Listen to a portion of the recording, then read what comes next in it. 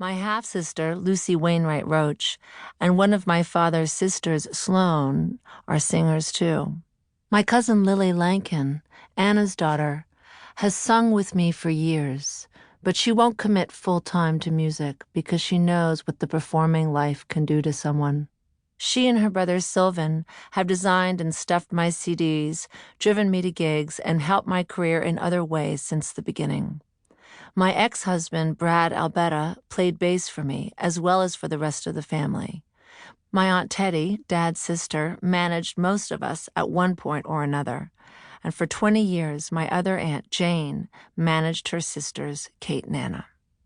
On my father's side, we are related to the Stuyvesants, early settlers of New York, so in my veins runs a diminished, waspy tint of blue blood that has been diluted with Irish and French-Canadian red. My mother and her sisters were brought up Catholic.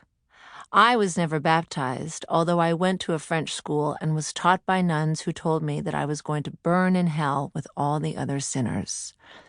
Rufus loves the waspy side of the family with its ties to old money, or maybe he just loves money. He has admitted to having a spending problem. But he also loves his Catholic side.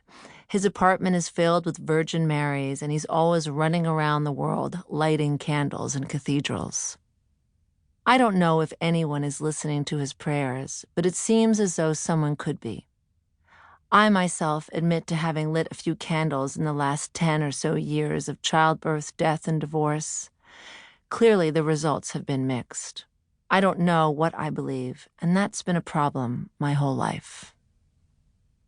Growing up, my maternal grandmother, Gabrielle, known as Gabby, was my greatest hero.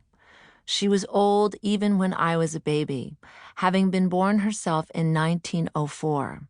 Her husband, Frank, was born in 1899.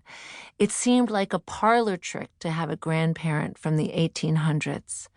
Gabby was the eldest daughter of a large French-Canadian family.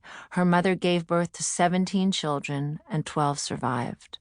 A woman having so many pregnancies always seemed like another parlor trick to me, too, an implausible leftover from a much earlier time. Gabby was a big part of my upbringing. On weekends and holidays, my mother took us to stay with her in Saint-Sauveur-des-Monts, a small skiing village north of Montreal. When she toured, Gabby took care of us.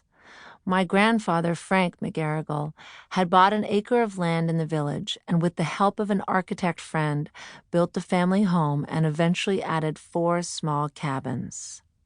After he died in 1965, Gabby stayed on in the house we call Saint-Sauveur, Saint Savior in English.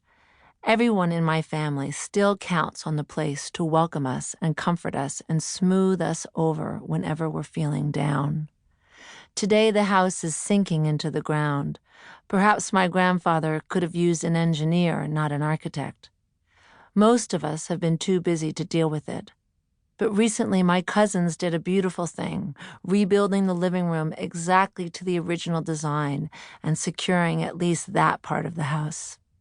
To me, Saint-Sauveur is a living thing, almost like a grandmother's lap, a comfortable place you know won't be around forever, so you want to enjoy it while you can.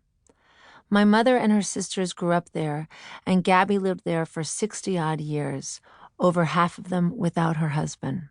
I loved the stories she told me of 1920s and 30s Montreal.